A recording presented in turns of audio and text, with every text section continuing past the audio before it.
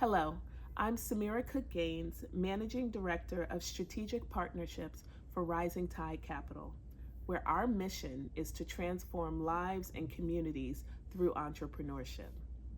Today, I'd like to share a scripture with you as we celebrate Juneteenth and God's redemptive blessings.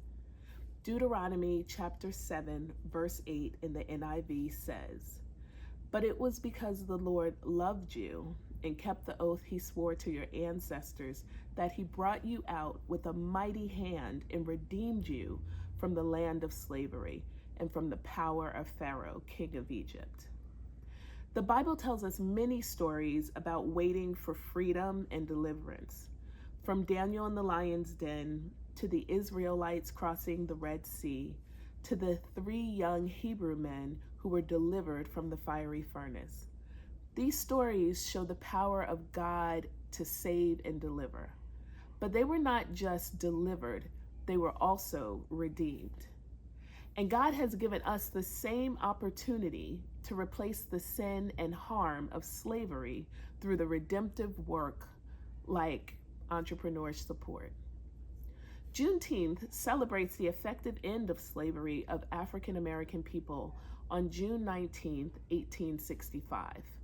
This is when federal troops entered Galveston, Texas to take control of the state and ensure that all enslaved people were freed.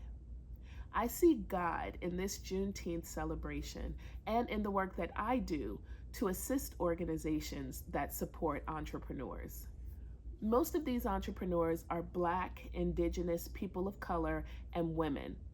Many are also descendants of enslaved African Americans. Just as the scripture says, God blessed exceedingly and abundantly and beyond the deliverance that enslaved African Americans prayed for. They were freed and then redeemed through their descendants. What a miracle to have an opportunity to own a business when your ancestors were owned by others themselves. Black business owners and entrepreneurs are truly their ancestors' wildest dreams. So in your prayer time today, I invite you to pray for the descendants of enslaved African Americans who dreamed wild dreams and prayed bold prayers. I also invite you to support a Black-owned business in your community or online and add them to your prayer list too.